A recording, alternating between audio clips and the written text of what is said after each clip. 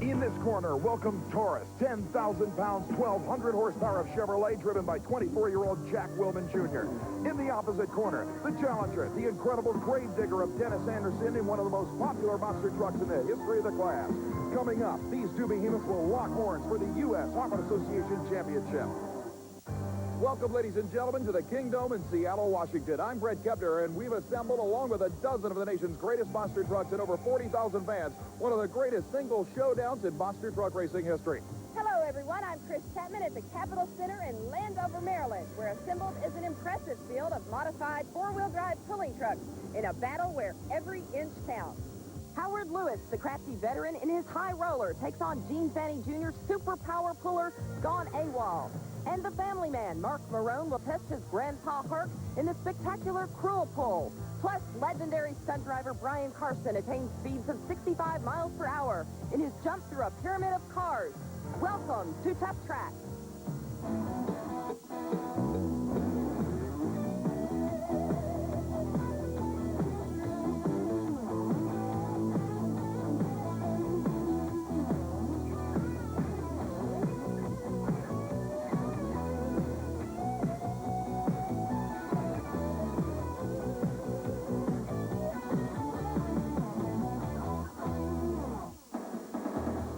Here at Seattle's Kingdome, two drivers have come almost 2,500 miles to do battle for the first time ever. It's Taurus versus Grave Digger. Certainly a spectator dream battle. This is the man behind Taurus, Jack Willman Jr., and you're here for basically one reason. Yeah, I've never had a chance to get at Dennis Anderson's Grave Digger, and I'm looking real forward to kicking some butt here at Seattle Kingdome, and it'll be a real exciting evening. Well, all I can say is if he kicks my butt, it won't be a bowl of cherries. You can believe that. What's going to be the key to getting around a guy that you wanted so bad? Well, the key is here you have some dirt moguls here in front of the first set of cars, and judging that and not getting no air off of that is going to be a real key. I've seen Taurus run before. He's seen me run before, and we figured that both of us will end up in the finals, and hopefully I can put him away. Me and Dennis both have two of the high-tech trucks out with the coil-over suspension, and it's going to be a real tough race. Because I know he's out to get me, and I'm out to get him, and we're the lightest weight race trucks here. Is this going to be a driver's race, or is this going to be a horsepower WFO battle? I think this is a little of both, horsepower and driver ability, because the guy don't want to hit this dirt mogul too hard, or it's going to send him into a bad bounce before he hits the set of cars. So it's going to be both horsepower and driver, situation. All I'm going to do is I'm just going to try to bury him. I'm going to try to put him away, so I'm going to hammer on it. Over 40,000 race fans here at the Kingdome in Seattle anxiously await the start of qualifying to determine the starting positions for the monster truck field. Believe me when I tell you that these fans are looking forward to a first-ever Taurus versus Grave Digger showdown. In fact, on the starting line, the very first man against the clocks in this qualifying session leads the starting line. Dennis Anderson over the first obstacle, now over the crushed cars, and on this 125-foot course takes it nearly perfectly. Obviously, the crowd knew that the first-ever Seattle appearance of this machine would be a barn-storming effort. And Anderson on the slow-motion replay shows just how hard he can take the first hit, putting the truck through the air over most of the second half of the course. The elapsed time for the Grave Digger on the very first effort, 4.93 seconds, and that will set the pace for the machines to follow. Anderson takes it back to the pit area. His job is now complete as he awaits the rest of the competitors' attempt at qualifying in this 8-truck field. On the starting line, the one and only Robert Parker in the AM/PM Boss out of California, one of the self-Dalton team trucks. The Chevrolet leaves the starting line rather conservatively, but comes on strong in the second half of the run. And in this particular instance, conservatism during qualifying may help save the parts for the all-important side-by-side eliminations. On the very first hit on the crushed cars, Parker puts the big Chevrolet way in the air and lands the AM/PM Boss slightly sideways to record an elapsed time of 6.49 seconds. The next machine moving up to the starting line is one of the most popular in the Great Northwest as the crowd anxiously greets the incredible 1947 Peterbilt of the one and only Mike Welsh of Bellingham, Washington. A one-of-a-kind body style and an incredibly heavy machine that is still backed by the fans all over this part of the country. Welsh, again, using a little bit of conservatism to get across the cars and at least secure himself a spot in the field. But believe me when I tell you that driving this machine at almost 18,000 pounds is a job. It is a chore for the 5-year veteran of Monster Truck Wars. The elapsed time on the incredible Super Pete, 8.06 seconds, as the next machine up to the starting line. The incredible Samson 1 out of the state of Alabama readies itself for a qualifying attempt. One of the very first of the monster trucks created in the mid-1980s is still a showstopper in appearance and obviously has more than enough power to make itself reckoned with in this field. The Samson machine comes down hard after a rather rough ride over the cars. The elapsed time, 7.63 seconds for the beautiful Chevrolet from the southeast. In the meantime, pulling up to the starting line area may well be one of the most unusual entries here at Seattle. A 1942 Dodge military truck driven by Terry Woodcock called Unnamed and Untamed. Woodcock, in his first U.S. Off-Road Association National Championship event of the season, appears to have a few problems, but now gets back into the throttle. But a tremendous amount of smoke on the landing indicates the early model Dodge may have serious drivetrain problems. Literally a mushroom cloud of engine-damaged smoke as Woodcock takes the turn. Watch in the slow-motion replay underneath the front two tires. The truck lands, then the engine starts to come apart. You're looking at a $30,000 cloud of death smoke on that one. The elapsed time for Woodcock, 6.07 seconds, will get him in the field. But obviously, Woodcock is more concerned about returning for eliminations than anything else. But meanwhile, back on the starting line, the challenger approaches. Jack Willman Jr. out of Granite City, Illinois, in the incredible Taurus Chevrolet has his sights set on the Grave Digger. He must run quicker than 4.93 seconds to gain the #1 qualifying spot in this battle. Willman leaves the line with a slight hesitation. Now flat-foots it through the air. A wild sideways landing. And Willman may well have threatened the North Carolinian and the Grave Digger for the pole. On the replay, watch the incredible air that Willman gets sailing across the floor of the Kingdome. The elapsed time, 5.07 seconds, will not be enough to knock Grave Digger out of the #1 spot, but it will set up each driver on either side of the elimination ladder and present a possible Taurus versus Grave Digger confrontation. Unbelievable job by both drivers, and as you can see, Grave Digger and Dennis Anderson leads qualifying at 4.93 seconds. Willman #2 at 5.07 seconds.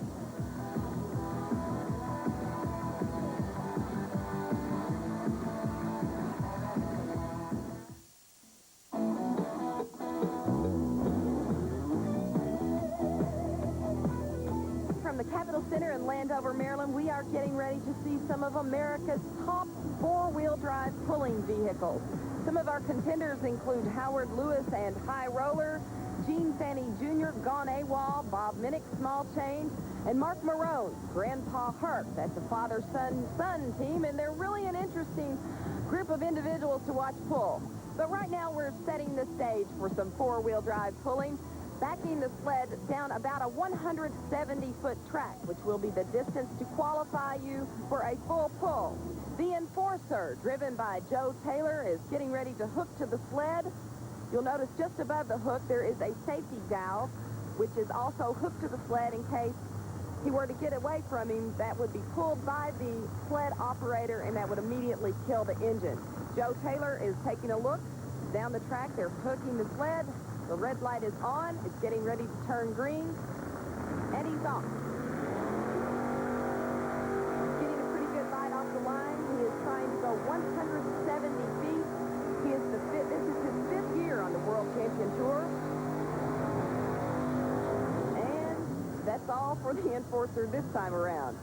Don't believe it was quite the full pull. They are doing some measuring. That's Byron Pinky, the event director. Looks like he went about 167.4 feet. Joe Taylor, out of the New England area. Let's go now to Small Change, driven by Bob Minnick, out of Winchester, Virginia. This is one of the only events that he really gets to pull close to home, and he is off down the track. He's going for 170 feet. Looks really smooth run. Not throwing a whole lot of dirt, because if you throw a whole lot of dirt, you're not going to get the traction you need to qualify for a full pull. They have signaled him to stop the motor. Doing a little bit of measuring. The crowd is loving it here in Maryland. And so is Bob Minnick out of Winchester, Virginia, as he has pulled 168.8 feet. He moves into the lead. But it's not probably going to stay there very long because look at this fella. His name is Howard Lewis, driving the High Roller machine, a beautiful Chevy, and one of the strongest four-wheel drive competitors. Howard getting a good bite off the line, smooth run so far. Let's see if he continues. Yes, it looks fabulous. Is it going to be a full pull? I believe it is. Howard Lewis, our first full pull here at the Capitol Center in Landover, Maryland. Let's get official word here. We're going to take a look at it again in replay, slow motion. Absolutely great bite here. A little bit of dirt flying. He's losing the traction, but he's losing it after he's made the full pull. Howard Lewis moves into the lead. He has got to be pleased with that. One thing about Howard Lewis, got to meet this man sometime. Come to one of these events. He is as down to earth as they come. Another gentleman that's down to earth is the guy driving this, Mark Marone. This is a father-son team. This is Mark behind the wheel this time. They rotate each time. They are giving him the green flag. As he takes off, it looks like a pretty slow start. He's getting a little bit of the bite here. The weight is transferring up. That's 30,000 pounds going to the top of that sled, by the way. Not looking quite as strong as the previous run by Howard Lewis, and I believe he's come up just a tad bit short. Looks like the shortest pull of the evening. Let's see. They're measuring.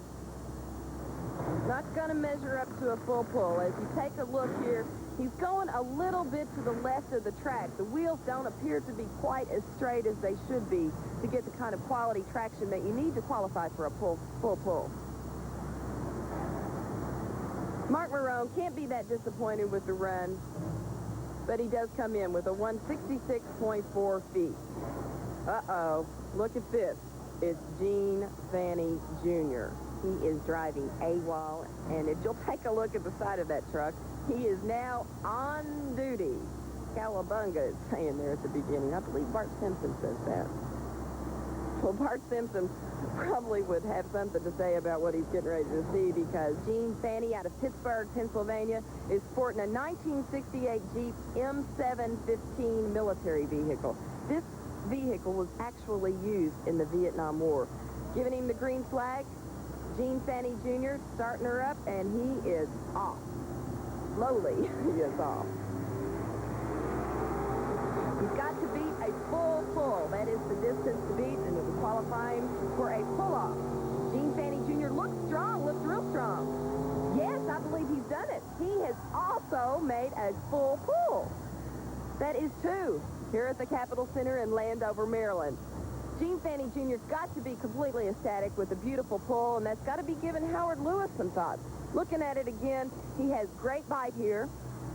Motor running smoothly. The weight you can see at the top of the sled now, but he is taking it out of here.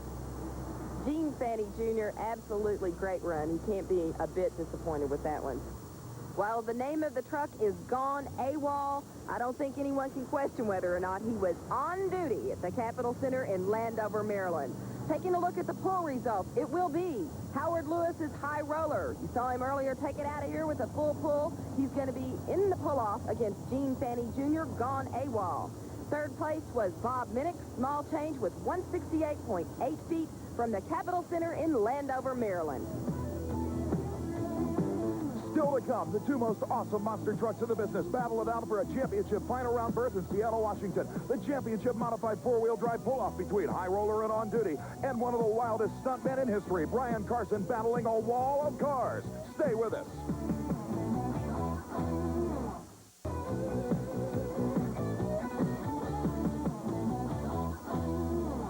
The sport of monster truck racing has been thrilling racing fans across North America and abroad for almost 17 full seasons.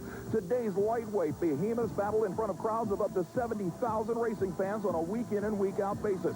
The original monster truck was created in 1974 by St. Louis, Missouri's Bob Chandler. Originally designed to create some business for his four-wheel drive center, the incredible Bigfoot became an overnight sensation across the country. But indeed, it was this machine from those original exhibition car crushes that started a sport, literally a multi-million-dollar business that spawned new machines, including the Grave Digger, world champion Fred Schaefer's Barefoot Chevrolet, and dozens more.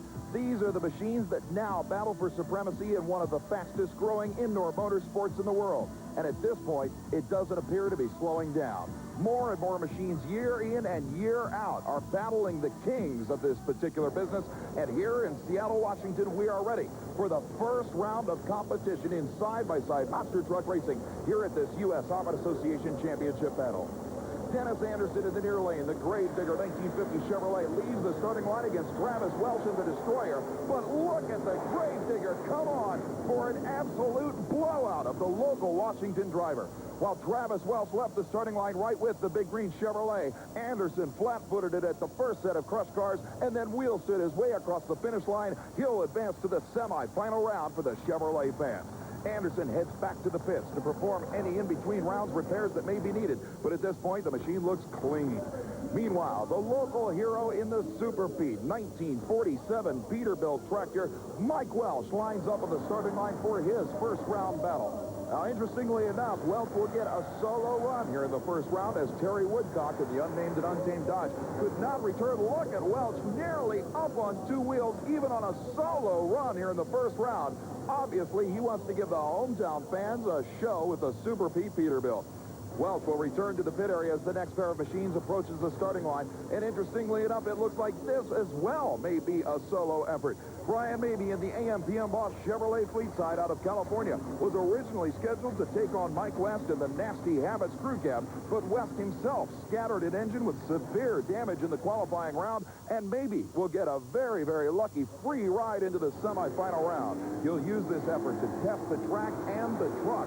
And as you can see, very conservative again off the starting line. Mabey gets back at the throttle hard, bounces around at the finish line, but he'll take a free ride into the semifinal round as well. It looks like there may have been even engine problems off the starting line as Mabey eventually got full power back just before he hits the crush cars. And on the replay, you can see the rear end darting around as he crosses the finish line in a rather scary finish run.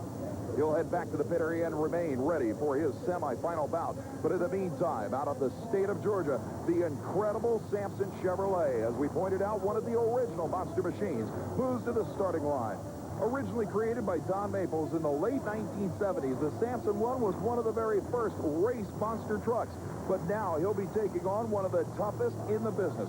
24-year-old Jack Willman Jr. out of Granite City, Illinois, in the incredible Taurus Chevrolet, the same that took him to the #2 spot in the World Championship race in last season's events. The Taurus Chevrolet inching forward to the starting line with 572 cubic inches of supercharged Chevrolet power, and certainly Robert Parker, the driver of Samson 1, is going to have to do everything within his power to hold off the purple Chevrolet in the far lane. Inching forward, both drivers staged, waiting for the flagman's signal. Driver reaction, all important, and the whole shot goes to the Taurus Chevrolet. It's not even going to be a contest. Willman shuts the power down well before the finish line when he realizes that he had the race in hand. After gaining that starting line advantage strictly through driver reaction, the Taurus Chevrolet was in perfect form, and as we pointed out, Willman didn't even need to use the power on tap in this incredible ride. As he heads back to the pit area, he knows he is one step down on his way to a championship final round berth here in Seattle. So the semifinal round will give us Dennis Anderson and Grave Digger versus Super Pete and the AM/PM Boss against Taurus.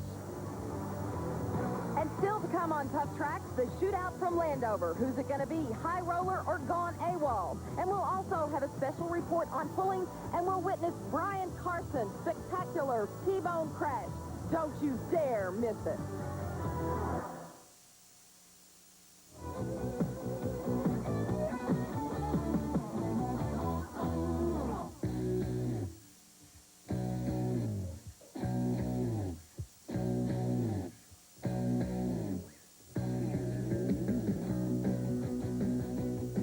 I've been following these competitions for quite some time, and I've always wondered what it'd be like to get behind the wheel of one of these vehicles.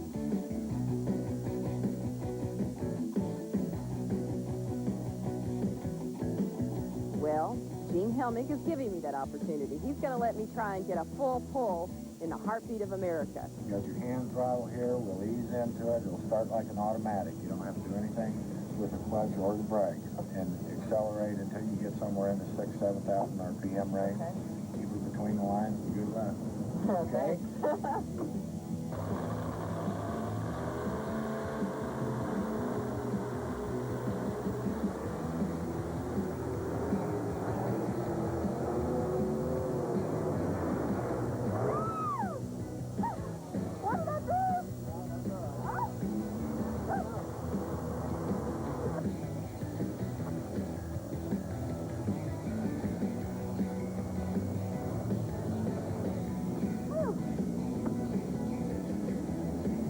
Exhilarating. That's one way to describe it. Fantastic is another way to describe it. And now I know why these people, these men and women, get out here and participate in this sport. It's pure, unadulterated power. Whew. Well, as Kris Chapman takes the ride of her life, Mike Welsh and Super Pete is ready to take the ride of his life as he is faced here in the semifinal round in Seattle with battling Dennis Anderson and the incredible Grave Digger. The semifinal round, the winner advances to the final, and right on the green flag start, problems set in for Welsh, and Anderson literally flies into his first ever U.S. Hot Rod Association Championship round. For Mike Welsh, at this point, we can only guess about the unfortunate problems with the transmission. We had just received word that indeed it was a transmission line that was the problem. He was able to repair that, and apparently the Peterbilt can run again. Mike, what exactly did you have in mind? Oh, I just want to really put on a good show for these people. We felt kind of bad there that we had a little problem, so people at the United States Hot Rod Association said it was okay for me to come back out and do a little freestyling with Super Pete for the people here. Ladies and gentlemen, it's up to you. You want to see Washington's only monster truck come out and do some freestyle action? Let him hear it. There's your answer. The floor is yours, sir. Mike Welsh out of Bellingham. Now get a chance, a very rare chance indeed, to perform solo in a special freestyle period for his hometown fans, courtesy of the U.S. Hot Rod Association officials. The one-of-a-kind early model Peterbilt cab over gets ready to fire up and will get its own shot at taking on the cars any particular way he desires. Obviously, the crowd is waiting, anticipating probably one of the more wilder segments of this particular event, as Welsh heads out to the cars to show the fans what the incredible Super Pete can do. Wheeling around, the front wheels 4 feet in the air as Welsh proves that he can get this thing off the ground. Spinning around one more time, he'll take yet another hit, actually getting the inside wheels off the ground on that turn. And now Welsh will set himself up to take a hard left into the cars one more time. Bringing it around, he's in the air. And on his side, Mike Welsh puts the Super Pete Peterbilt literally on his side in front of his hometown fans, and they can't believe their eyes. We can see in the cockpit of the machine that Welsh himself telling the officials he's okay. But what a wild ride, and even Mike Welsh didn't have that kind of show planned, I guarantee it. I guess the only way out of it at this point is through the window, sure enough.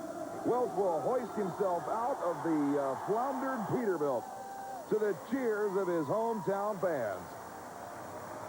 What an incredible job. You want sportsmanship and showmanship. Mike Welsh has got plenty of both here in Seattle. Taking a look at the replay, Welsh again setting himself up for that hard left. Hits the dirt berm, and that's what put the inside wheels up. And a rough landing as he comes down hard on the right side of this truck. He hits the berm with the right front tires as the left tires hit the cars, and down on his side comes Super Pete in one of the more bizarre incidents we've seen yet on the U.S. Hot Rod Association Tour this year. It looks like Welsh will be able to limp the slightly wounded Super Pete off the Kingdome floor.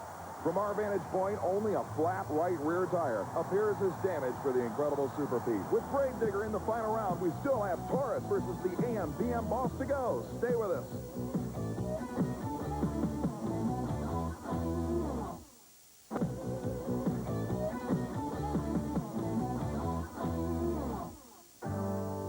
In the world of stunts, there are quite a few individuals who personify their ability with words like insane and careless. But nobody quite captures the word daring as much as Brian Carson, probably one of the greatest automobile stunt drivers ever.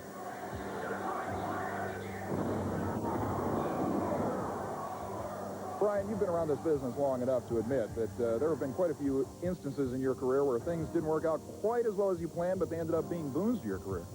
Yeah, I mean, we always guarantee a wreck in our stunts, and, you know, sometimes it's more than we expect. It's part of the business, and that's why people are paying the money, to see some guy get close to the edge and still walk away. And hopefully that'll happen here. You've had some rough rides. Yeah, I think every ride we do is a rough ride. I'll tell you what, you know, we've known each other for quite a while here, and I've been in the business 16, 17 years, almost 1,800 cars wrecked. I must be doing something right safety-wise, otherwise I wouldn't be around, I don't think. Yeah, we push it a little bit, but you know, that's my job. That's what I'm getting paid to do. How do you feel about this particular building? I don't think you've ever been in a situation where you've had to jump quite this high at an explosion at Kingdome. We are really strapped for room here. We've only got maybe 60 feet outside the building, and they're calling for rain tonight. So if it rains, boy, we're going to be in deep trouble. See, if we go too fast in this stunt, we go over the cars. We go too slow, we get buried in a pile of fenders in the bottom. So it's going to be a tricky little stunt here in the Kingdome. I should point out that you've never been one to be afraid of wet tires on concrete. No, I said, hey, we're getting paid to thrill these people. We're going to do it one way or the other. And if anybody can thrill him, Brian Carson is the man to do it, whether or not he comes out of it okay. And as Brian Carson prepares for his incredible battle against a wall of cars, we prepare to determine the other half of the championship U.S.HRA Association Monster Truck Final Round here at the Kingdome in Seattle. Jack Willman and Taurus, the #2 qualifier in this 8-truck extravaganza, will be battling Brian Maybe out of Los Angeles, California in the AM/PM Boss, one of the many machines in Super Truck fleet owner Seth Dalton's stables from Southern California. At this point, Maybe knows that if from a horsepower standpoint, he is nearly outclassed. This is what it looks like from the bumper of the incredible Taurus, our special on-truck camera giving us a vantage point never before seen. Willman backing up behind the starting line, trying to align the Taurus machine where he thinks traction and a soft landing will be best applied. Maybe waiting patiently staged in the red and white Chevrolet in the near lane. Now, waiting for the starter signal to determine the other half of the final round here at Seattle. They leave the starting line together, but already the Taurus Chevrolet pulls out an advantage and then sails to a championship final round berth. And it has become the spectator dream race that everybody was hoping for. On the replay, you can see the Taurus Chevrolet literally 6 feet in the air on a rough sideways landing that gave Willman a rough time of handling that truck. From the on-bumper camera, watch this hit as he hits the crushed cars 6 feet in the air, and then that sideways bounce as he heads for the championship battle to take on Dennis Anderson and Grave Digger. Back in the pit area, Jack Willman and his crew checks the incredible purple Chevrolet for any damage, but from our vantage point, it looks clean and ready. Now it's time for another Crunch of the Week, brought to you by Nintendo. Now you're playing with power. Here in Seattle, Super Pete's Mike Welsh selected to thrill the crowd with a bone-jarring freestyle exhibition. In one of the heaviest monster trucks around, a tight left turn lifted the inside wheels and over he went. An adrenaline rush for the fans of Seattle. That's today's Crunch of the Week. Meanwhile, in Landover, Maryland at the Capitol Center, Kris Chapman is standing by with more action. Who's it going to be in this pull-off? Is it going to be High Roller or Gone AWOL? Find out next. And one of Hollywood's most fabled stuntmen, Brian Carson, prepares for a head-on 65-mile-per-hour collision with a wall of cars. Don't go away.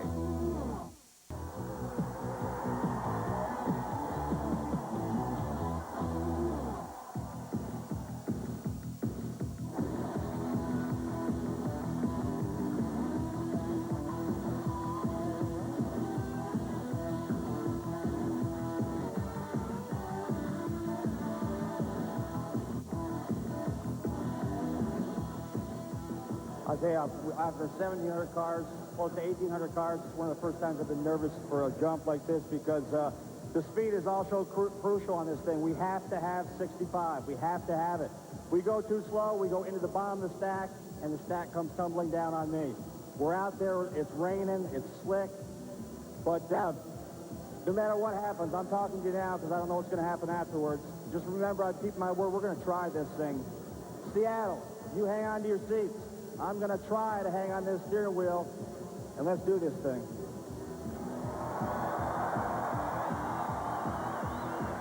There's no way you can fake something like we're doing here in the Kingdome. It's obvious what's going to happen. We're going to do a mid-air car crash 40 feet above the turf, and there's no way out. I mean, there's going to be a wreck.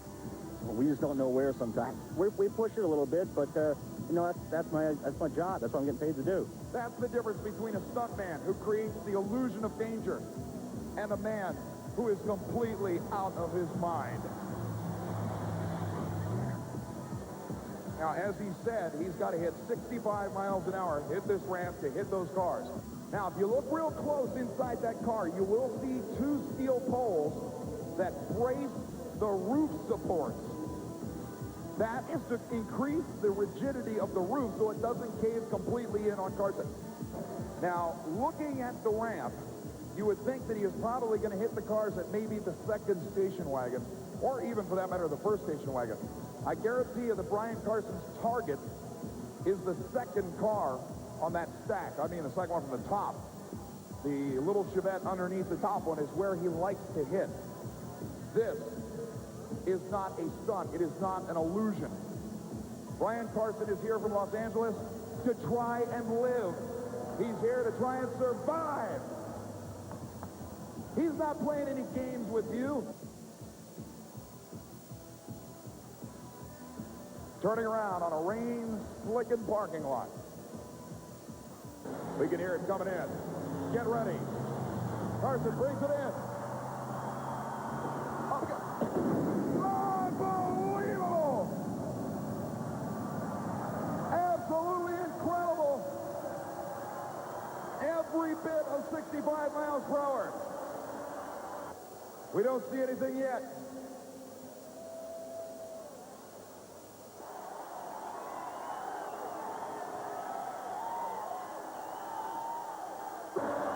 The safety crew is willing.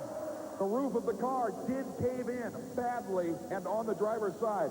I should point out that those roof support poles that Carson uses to keep the roof up worked.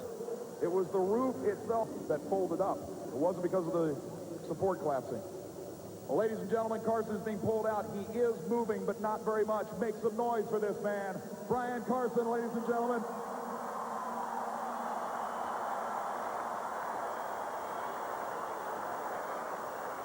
Whether or not we can get any words with him remains to be seen.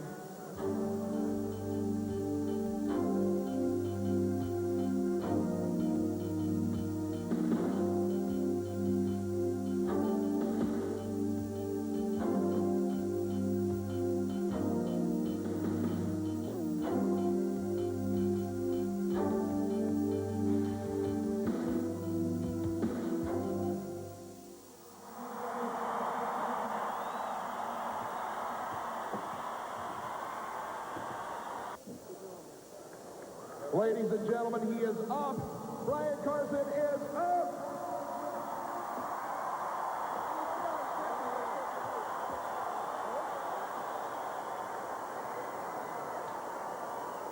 This guy is unbelievable. I don't know how you keep surviving these things.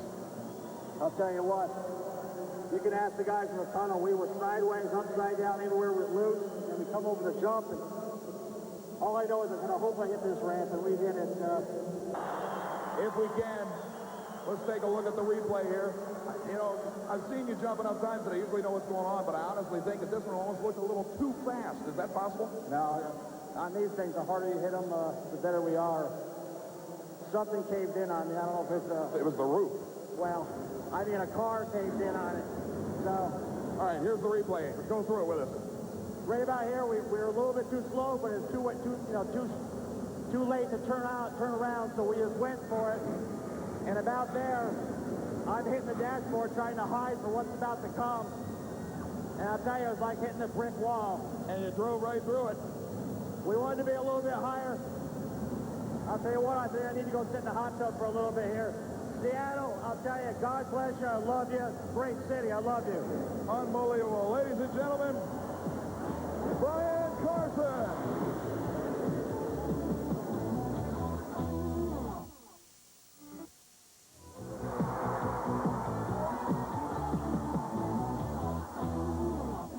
It is the championship round of the U.S. Hot Rod Association Puller Shootout here at the Capitol Center in Landover, Maryland. It's going to be two mean competitors. First, Howard Lewis. Taking a look at him right now in the high roller machine. He'll be going up against Gene Fanny Jr.'s Gone AWOL.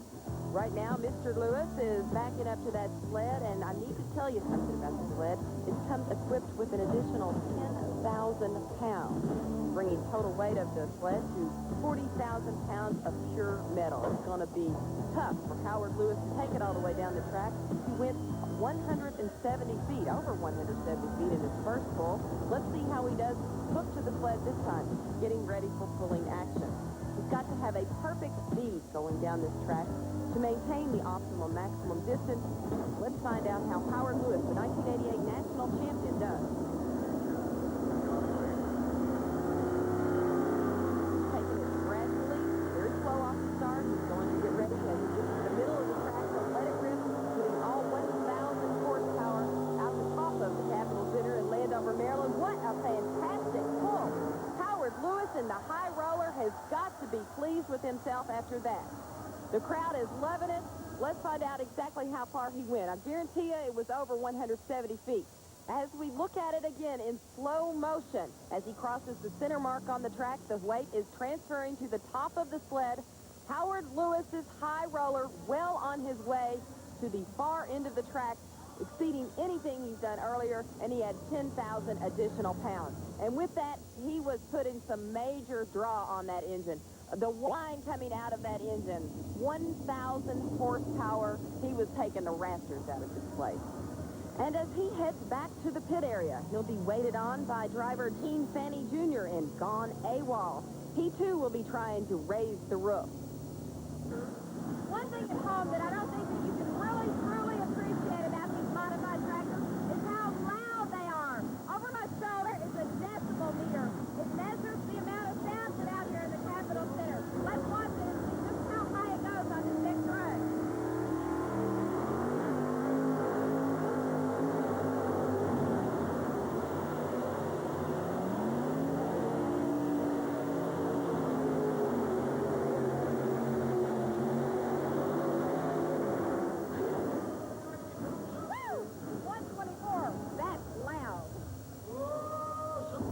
And what you're looking at now is a 512 cubic inch Chevy motor in a 1968 Jeep, going to be driven by Gene Fanny Jr. That, too, will be putting out the RPMs and big decibels here at the Capitol Center in Landover, Maryland. Gene Fanny Jr. is the only man who stands between that man there, Howard Lewis, and a championship. What's going to happen? We're going to find out here in just a second. Gene Fanny Jr., he is eyeballing the track. He's being watched closely by Howard Lewis. He's kneeling down. I don't know if he's saying a prayer or what he's doing. But right now, Gene Fanny is hooking up to the sled. He knows that he has his work cut out for him. He's set a little bit farther to the left than our previous run by Howard Lewis. Let's find out how this strategy works. Will it be in his favor or will it go against him? He's going to ease off the starting line very gently with the Gone AWOL on duty machine at this time. Looks pretty smooth so far. He's getting pretty good bite, yes. Right now he's starting to throw a little bit too much. Too much mud, yes. Oh, no, this is not going to be nearly what Howard Lewis did. Gene Fanny Jr. and the Gone AWOL machine looks like they came up a little bit short. As we look at it in slow motion, let's see if we can figure out what went wrong. Right now, I can tell you, see all the mud coming out from underneath those tires? He is not getting the traction, not getting the bite needed to go the distance. They wave him to stop the motor there, and he's going to go on and pull away from the sled. We're going to wait word. They're doing some measuring right now. Howard Lewis standing by trying to find out if he is indeed the victor. Gone AWOL is going on back to the pit area in the meantime, and yes, Howard Lewis, he is putting his arms up in the air. He has won. He has taken the victory here at the Capitol Center in Landover, Maryland. Our results: Howard Lewis comes in the victor, 192.2 feet, followed by Gone AWOL, Gene Fanny Jr., 186 feet. One of the absolute best four-wheel drive competitors in the nation is sitting to my left. His name is Howard Lewis, and he is the driver of the High Roller, and congratulations on a great win. Well, thank you. Appreciate that. We got it about as best as we could get it, I guess. We've been playing with the motor last weekend, and we got a few things straightened out, and it really worked out well. So tell me a secret about your truck. Well, there ain't really any secret, I guess. Lee Edwards does the power plant in it, so maybe that's the secret right there. Good luck to you in future pulls. Well, we needed a win tonight. We got the win tonight. We had one last week down in Georgia, so we're not doing too bad. We're on a roll so far this year. No pun intended. No pun intended.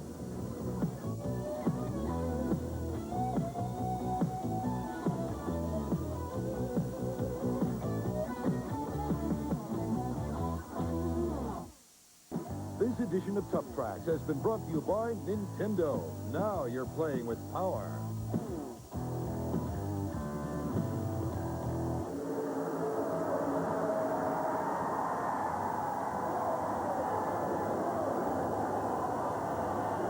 The match that virtually every spectator and both of these drivers wanted so badly has now become reality. The winner takes it all. Grave Digger versus Taurus on the line and ready. Grave Digger gets the whole shot. Both trucks incredibly high in the air, but the win goes to the 1950 Chevrolet Grave Digger. Both machines sliding to a halt, literally within a few feet of each other, nose to nose, in what could only be described as the highest flying final we ever could have imagined. Dennis Anderson, although a campaigner for years, pulls off his first U.S. Harmon Association National Championship victory. So the final Monster Truck results here in Seattle find our 4 first-round competitors. Travis Welch in the Destroyer, Robert Parker in Samson 1, Mike West in the Nasty Habits Crew Cab, and Terry Woodcock in the Unnamed and Untamed machines rounding out that first round of competition. The semifinalists, Brian Maybe in the AM/PM Boss and Mike Welch in the Super Pete. And, of course, our 2 finalists, Jack Willman Jr. and winner Dennis Anderson in the Grave Digger. Out of the cab, you couldn't ask for a wilder final round than that. Yeah, you know, I was sitting over there pumping myself. I really wanted to pull this one off. We got a great crowd here tonight. You know, we got up there, we were choosing lanes. Jackie wanted to know which lane I wanted. We both were having problems, you know, taking off with traction. He got over and swept his lane. I said, well, what the heck, I'll give mine a shot. My lane's pretty clean, and it worked. I want you to watch the replay because you do not realize how far out of shape Jack Willman was in the other lane. But so were you. Here's the launch. The whole shot is what won that starting line lead for you.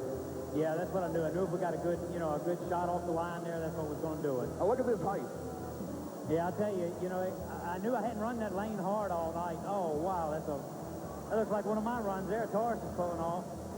Yeah, I didn't run that lane all night, you know, that hard, so I knew that lane was going to give me more air, but I felt like I could get a better hole shot, and I felt like that's where the race was going to be won.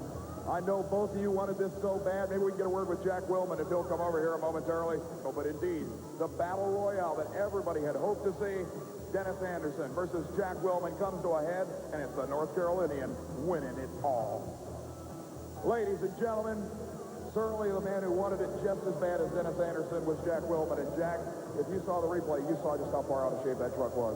Yeah, I kind of went over the dirt hill kind of hard, but I knew I just had in my mind that's what it was going to take to win, and I give it all I had. And I guess I was a little late on the takeoff because he got me off the line right off the bat, and all I could do was keep in it and try, and it got way up on the front end, and when the front end's up in the air, the back wheels are going to go across first before the front does, so... It was almost straight up and down at the finish line. Yeah, the tailgate rubbed the cars, so you know it was straight up and down. Certainly the wildest possible finale. You couldn't ask for a more intense battle between 2 drivers who wanted to race each other more than they wanted anything at this event.